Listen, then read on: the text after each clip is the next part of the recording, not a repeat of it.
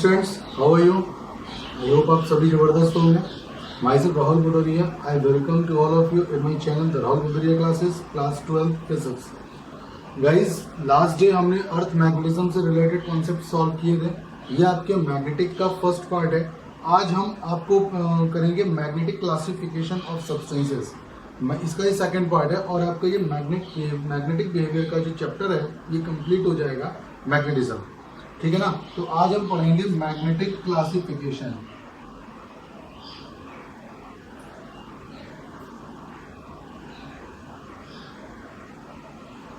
आज हम magnetic classification पढ़ेंगे।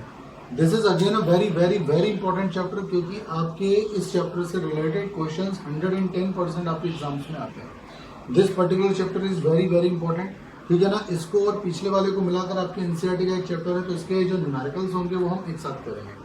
ठीक है ना? तो मैग्नेटिक क्लासिफिकेशन की बात की जाती है तो मैग्नेटिक क्लासिफिकेशन क्या होता है कि दुनिया में जितने भी नोन एलिमेंट्स हैं उनको कहीं ना कहीं सबको मैग्नेटिक एलिमेंट माना गया है। अब आप सोचेंगे ऐसा नहीं होता, सबको अट्रैक्ट नहीं करते, सबको मैग्नेटिज्म नहीं होता। बिल्कुल सही कह रहे हैं आप, क्योंकि आपने समझी गई अभी तक। होता क्या है कि ऐसा माना गया है कि जितने भी एलिमेंट्स हैं उनको मैग्नेटिक एलिमेंट मान के उनको 3 कैटेगरी में डिवाइड किया गया, जितने भी नोन एलिमेंट्स हैं। पहला है डाई मैग्नेटिक एलिमेंट,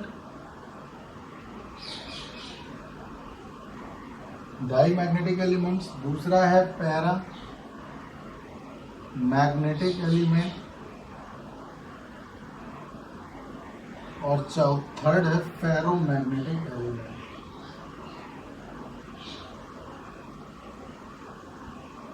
क्या रहा? Diamagnetic element, paramagnetic element और ferromagnetic element. We have 3 types of, इनको हमने कैटेगराइज्ड किया है। ऑल द नोन एलिमेंट्स, जितने भी नोन एलिमेंट्स हैं उनको हमने 3 कैटेगरी में कैटेगराइज किया गया है। और कहीं ना कहीं हम ये मान के चलते हैं कि सभी में मैग्नेटिक बिहेवियर होता है। लेकिन हमने क्या पढ़ा है कि मैग्नेटिक बिहेवियर तो भैया आपको कोबाल्ट में मिलता है, निकल में मिलता है, आयरन में मिलता है, बिल्कुल सही जानते हो।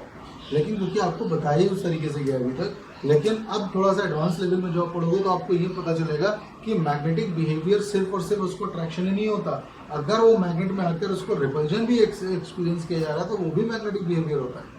और उसी के बिहाफ पर हमने एक पहला क्लासिफिकेशन जो किया है डाई मैग्नेटिक एलिमेंट्स। तो आपके पास नंबर 1 क्या आता है? डाई मैग्नेटिक एलिमेंट्स क्या होता है? डाई मैग्नेटिक एलिमेंट्स, देखिएगा, diamagnetic elements, basically diamagnetic elements वो एलिमेंट्स होते हैं जब इनको किसी मैग्नेटिक फील्ड में रखा जाता है तो ये मैग्नेटिक फील्ड की जो एक्सिस होती है ना उसके अपोज, उसकी उस डायरेक्शन के अपोजिट डायरेक्शन में फीबली रेपल्ड होते हैं। तो आप ये बोल सकते हो फीबली का मतलब बहुत ही कम। ठीक है ना? ये क्या करते हैं? Feebly repelled in opposite direction of magnetic field और फील्ड लॉ। तो ये बेसिकली मैग्नेटिक फील्ड, यानी कि जिस डायरेक्शन में आपकी मैग्नेटिक फील्ड होती है उसके अपोजिट कौन सा? फीबली का मतलब होता है बहुत ही कम, लेकिन ये रिपल्जन एक्सपीरियंस करते हैं। ये मैग्नेटिक फील्ड की डायरेक्शन के अपोजिट ये बहुत ही कमजोर मैग्नेटिक रिपल्जन को ये एक्सपीरियंस करते हैं। बिकॉज ये मैग्नेटिक रिपल्जन भी एक्सपीरियंस कर रहे हैं तो कहीं ना कहीं इसमें मैग्नेटिज्म मिलता है। तो इसी क्वालिटी के बिहार पर हम ये कह सकते हैं कि जितने भी एलिमेंट्स होते हैं उनमें सब में कहीं ना कहीं मैग्नेटिज्म होता है। कुछ जो जनरली इसमें वो आ जाएंगे जिनको आप बोलते हो इन्हें बिल्कुल भी मैग्नेट नहीं होता है, तो वो अपोजिट रेपल्ड होते हैं, लेकिन बहुत ही कमजोर, बहुत ही कम, आई रिपीट, बहुत ही कम। जनरली हम मैग्नेट के कंपेरिजन में अपने लगाए गए फोर्स की अगर कंपैरिजन करें तो हमें वो एक्सपीरियंस भी नहीं होता है। और यही रीजन है कि हमें लगता है कि बिल्कुल भी इसमें कोई मैग्नेटिज्म नहीं आ रहा, जबकि उसमें बहुत ही स्मॉल अमाउंट का मैग्नेटिज्म आता है और अपोजिट आता है, यानी कि रेपल करते हुए आपको मिलते हैं। तो ये कहलाएंगे आपके डाई मैग्नेटिक एलिमेंट जो फीबली रेपल्ड होते हैं इन अपोजिट डायरेक्शन, जब ये किसी पोल के पास में लाए जाते हैं। और बेटा थोड़ा सा वो वीडियो में डिस्टर्बेंस आ गया था, इसलिए मैं आपको बता रहा था डाई मैग्नेटिक। तो डाई मैग्नेटिक की डेफिनेशन आपको लिखवा चुका था, यानी कि फीबली रेपल्ड, ठीक है ना, फीबली रेपल्ड हो जाएगी opposite the direction of magnetic field lines. ठीक है ना? तो वो आपके डाई मैग्नेटिक एलिमेंट्स होते हैं। और डाई मैग्नेटिक एलिमेंट्स में आपको क्या मिल जाएगा? जैसे आपको मिल जाएगा zinc, copper, silver, gold etcetera. तो ये बेसिकली इसके एग्जांपल हो जाते हैं। Zinc, copper, gold, lead, water, sodium आपका मिल जाएगा, सोडियम क्लोराइड NaCl, ये भी इसी में आ जाएगा। बैलेंस्ड हो जाता है बिकॉज ये Na+Cl माइनस बैलेंस हो जाता है। तो ये आपके डाई मैग्नेटिक एलिमेंट्स होते हैं, ठीक है ना। डाई मैग्नेटिक में आपको समझा चुका हूँ, ये फीबली रेपल्ड होते हैं opposite to the direction of magnetic field. Okay, जो सेकंड वाले आते हैं वो कौन से होते हैं? Paramagnetic elements. तो पैरा मैग्नेटिक एलिमेंट्स कौन से होते हैं? देखिए पैरा मैग्नेटिक एलिमेंट्स कौन से होते हैं? ये हो जाएंगे फीबली अट्रैक्टेड टूवर्ड्स द पोल। यानी कि जब हम इस तरीके के किसी भी एलिमेंट को, पैरा मैग्नेटिक एलिमेंट को हम किसी मैग्नेटिक पोल के पास में लेकर आएंगे तो वो इसको अट्रैक्ट करेगा, लेकिन दिस अट्रैक्शन इज फीबल। ये अट्रैक्शन काफी फीबल होता है, कमजोर होता है ये अट्रैक्शन, लेकिन वो अट्रैक्ट करना शुरू कर देता है। तो इस तरीके के एलिमेंट जो बहुत ही कम फोर्स के साथ अट्रैक्टेड होते हैं in the direction of magnetic field, तो उसको क्या बोलते हैं? पैरा मैग्नेटिक एलिमेंट्स बोला जाता है। अब पैरा मैग्नेटिक एलिमेंट्स में आपको क्या क्या मिलेगा? एल्यूमिनियम, क्या क्या मिलेगा? एल्यूमिनियम, ठीक है ना। इसके बाद आपको एल्यूमिनियम हो गया। एल्यूमिनियम के बाद इसमें सॉल्ट्स ऑफ, कहने का मतलब सॉल्ट्स ऑफ आयरन, आयरन के बनने आयरन के जो सॉल्ट्स होते हैं वो मिलेगा। एल्यूमिनियम के बाद सोडियम, प्लेटिनम, मरकरी एक्सेट्रा। इस तरीके से आपको यहाँ लिक्विड ऑक्सीजन, ये भी इसका एक एग्जांपल है। तो ये आपके होते हैं पैरामैग्नेटिक एलिमेंट्स। तो पैरामैग्नेटिक एलिमेंट्स कौन से होते हैं? फीबली अट्रैक्टेड टुवर्ड्स द पोल। यानी कि जब भी हम किसी एलिमेंट को या इस टाइप के एलिमेंट को या इनमें से किसी एक एलिमेंट को या इसके मेटल को हम कहाँ ले जाएंगे? मतलब कि मैग्नेट पोल के पास ले जाएंगे तो ये उसको अट्रैक्ट करते हैं। But this attraction was not strong, this attraction is like small, feeble kind of attraction होता है, लेकिन अट्रैक्शन आपको मिलेगा और मैग्नेटिज्म यहाँ से आपको मिलना शुरू हो जाता है, ठीक है ना। तो they are called paramagnetic elements. तो ये क्या कहलाते हैं? Paramagnetic elements. और पैरामैग्नेटिक एलिमेंट्स के बाद जो आपको मिलेगा वो कौन सा होगा?